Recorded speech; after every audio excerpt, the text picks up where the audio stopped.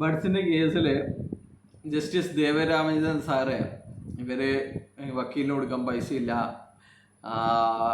നിത്യ ചെലവിന് പൈസയില്ല, 5ൻ്റെ പൈസ കയ്യിലില്ല എന്ന് പറഞ്ഞപ്പോൾ ഒരു അക്കൗണ്ട് ഡേ ടു ഡേ അഫെയർസിന് വേണ്ടിയിട്ട് ഓപ്പൺ ആക്കി കൊടുത്തു എന്ന് പറഞ്ഞിട്ടുണ്ടായിരുന്നു.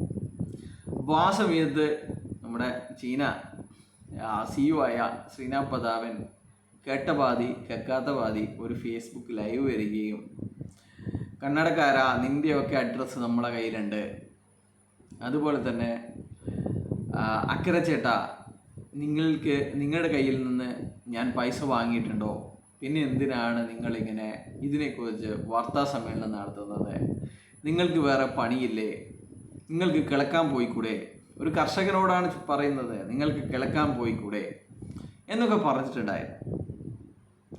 ഗ്രേറ്റ് ചീന പ്രതാപൻ. അപ്പോൾ ഇപ്പോൾ 9 മാസങ്ങൾക്കപ്പുറം ഇപ്പോൾ നമ്മൾ കാണുന്നത് ഇവരുടെ പല ലീഡർമാരും അനിലക്കരെയും മറ്റുള്ളവരെയും സമീപിക്കുന്നതാണ്. എന്നിട്ട് ഇനി നിങ്ങൾ ഈ കേസിൽ ഇടപെടരുത് എന്ന് കാൽക്കൽ വീണ് മാപ്പപേക്ഷിക്കുന്നതാണ്.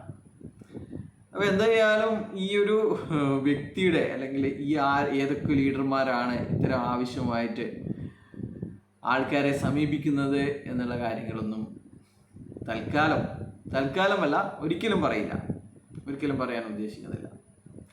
അതുകൊണ്ട് ഓരോരാൾക്ക് വന്നിരിക്കുന്ന മാറ്റങ്ങളാണ്. പിന്നെ ഒരുപാട് ആൾക്കാർ അനിലക്കരയെ കുറിച്ചൊക്കെ പലതും പറഞ്ഞിട്ട് വീഡിയോ ചെയ്തിട്ടുണ്ടായിരുന്നു. അപ്പോൾ അത്തരത്തിലുള്ള ആൾക്കാർക്ക് ഉളുപ്പില്ലേ എന്ന് ആ ഒരു 2 വാക്കാണ് ചോദിക്കാൻ ഉദ്ദേശിക്കുന്നത്. ആ വ്യക്തിയെ വീണ്ടും സമീപിക്കാൻ നിങ്ങൾക്ക് ഉളുപ്പില്ലേ? ഇപ്പോൾ നിങ്ങൾക്ക് മനസ്സിലായി അല്ലേ? അപ്പോൾ ആരുടെ ഭാഗത്താണ് ന്യായമെന്ന് മനസ്സിലായി. അപ്പോൾ കാൽക്കൽ വീണത് കൊണ്ടൊന്നും കാര്യമില്ല എന്ന് പറയുകയാണ്. ബൈ.